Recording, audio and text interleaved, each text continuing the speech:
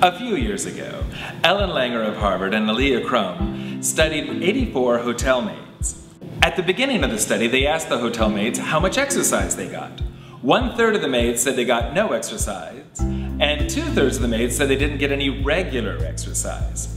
The physiological tests indicated that indeed the maids were relatively sedentary.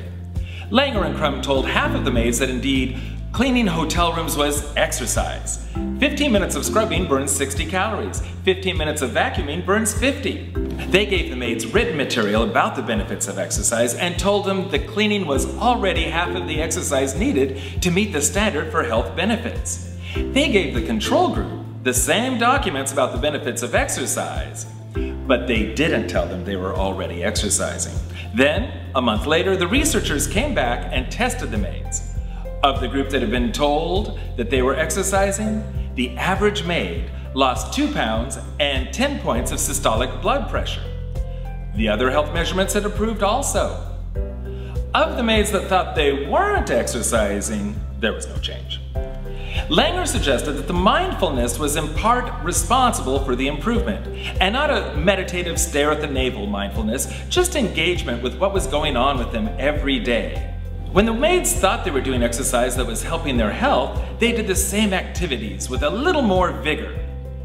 A simple shift of the mindset from "I'm doing nothing" to "I'm already on my way" was all it took to improve their health. If you have an endeavor in which you've lost hope, you can use this same mind shift or method to improve your chances of success. Let's say you're having a hard time moving forward with your coworkers or even your spouse. Is there any area that already works well with your associates? Start with the thing that puts you already on the path to success. Find the glimmer of gold and shine that, and let it illuminate the rest of your relationship. If you feel frustrated that you can't cook, don't give up on yourself.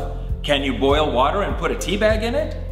That's a start. Cooking pasta isn't much different from making tea. You put both of them in hot water and wait a while. Find the glimmer and shine the gold. A similar method of a mindset shift is to think of a problem that's been bugging you and find the exception to it. Let's say everyone thinks that I'm boring and my stories are too long, which, by the way, I've been told before. Does everyone think I'm boring? Well, no. There are lots of glimmers of gold. Some people encourage my stories. I could stick to telling stories to those who request them. Some people have different interests than mine. I could tell stories without so many details. Some would love my stories if they were shorter. Maybe I could work on being a better listener. Find the glimmer and shine the gold. If you currently use absolutes such as always and never, when it comes to your good and bad habits, you're probably covering up some gold. If you say, "I always have a cigarette after dinner," then you might want to look for the rare times that you don't have a cigarette. What was different about those times? Can you increase the number of circumstances like that?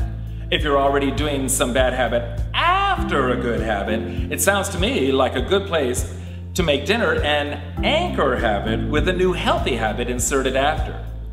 Maybe a walk around the block would stimulate you as much as a cigarette. If you say, "I never work out," reconsider. Do you ever mop the floor? Change the bed? That can be a workout. Ask Langer's maids. Find the glimmer and shine the gold.